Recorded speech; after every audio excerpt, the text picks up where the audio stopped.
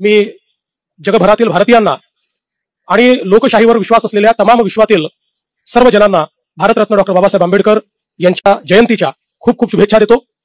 आणि आपल्या सर्वांना माहिती आहे की जगाच्या पाठीवर भारतरत्न डॉक्टर बाबासाहेब आंबेडकरांची जयंती ही केवळ भारतात नाही तर जगातल्या विविध देशांमध्ये देखील साजरी केली जाते आणि तोच उत्साह आपल्याला जगभरामध्ये पाहायला मिळतो।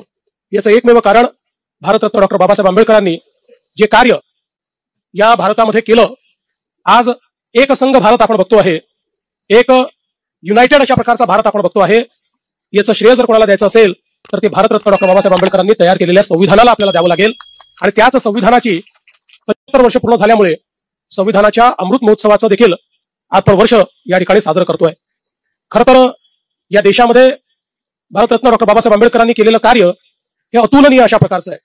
आपण ज्याला म्हणतो की he was a nation builder, हा देश तयार करण्याकरता त्याचा पायवा तयार करण्याचं काम हे बाबासाहेबांनी केलं।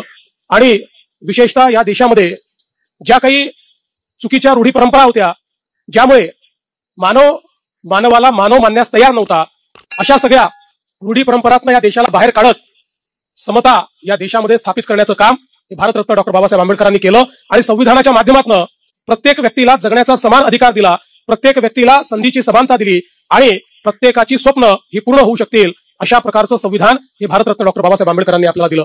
आणि म्हणूनच देशाचे प्रधानमंत्री माननीय नरेंद्र मोदीजी म्हणतात की मला कुठल्याही धर्मग्रंथापेक्षा प्रिय जर काही असेल तर ते भारताचं संविधान आहे, कारण भारताच्या विकासाच्या वाटचालीमध्ये, विकसित भारत घडवण्यामध्ये जर कोणाचा मोलाचा वाटा असणार आहे तर तो या भारताच्या संविधानाचा असणार आहे, असे आपले बाबासाहेब या ठिकाणी होते।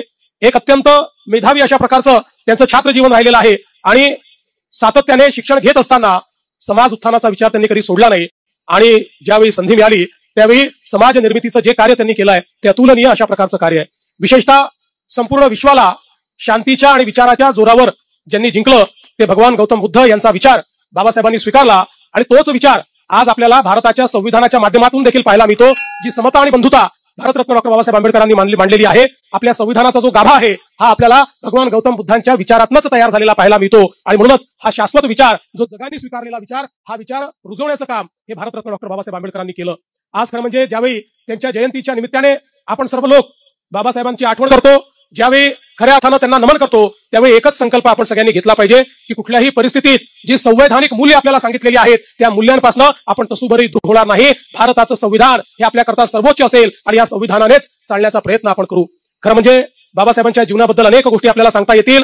ते उत्तम प्रशासक होते, त्यांनी या ठिकाणी ज्या ज्या विभागाची जबाबदारी स्वीकारली, मग तो लेबर विभाग असो, तो पाटबंधारे विभाग असो, तो पॉवर विभाग असो, आज जे आपल्याला काम या देशामध्ये पाहायला मिळत आहे, पहिला पाटबंधारे प्रकल्प असेल, बाबासाहेबांची संकल्पना होती, नॅशनल ग्रीड असेल, बाबासाहेबांची संकल्पना होती, कामगारांना त्याचे अधिकार द्यायचे कायदे असतील, बाबासाहेबांची संकल्पना होती। त्यामुळे संविधान निर्माण करताना प्रमुख कायदे देखील आणि प्रमुख लोकांच्या त्या ठिकाणी जे काही अधिकार आहेत ते देखील देण्याचं काम आणि विकासाचा पायवा रचण्याचं काम देखील या देशामध्ये बाबासाहेबांनी केलं। पण असे बाबासाहेब आपल्या जीवनामध्ये सतत व्यस्त राहिले। खरं म्हणजे एकच मला गोष्ट त्या संदर्भात सांगायची आहे की कोलंबिया विद्यापीठामध्ये डॉक्टर बाबासाहेब आंबेडकर एक रिव्हियर्ड फेलो म्हणून त्या ठिकाणी पाहिले जायचे आणि म्हणून तिथलं जे लेमन सोशल सायन्स लायब्ररी आहे, या लायब्ररीने असा निर्णय केला की भारतरत्न डॉक्टर बाबासाहेबांचा पुतळा या लायब्ररीमध्ये लावला जाईल, त्यांच्या हयातीतच तो लावला जाईल, अशा प्रकारचा निर्णय त्या ठिकाणी झाला।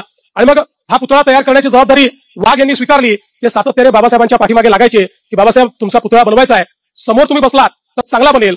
आणि अनेक वर्ष अनेक वेळा पाठपुरावा केला। शेवटी एक दिवस बाबासाहेबांना वेळ मिळाला आणि बाबासाहेब त्या ठिकाणी गेले।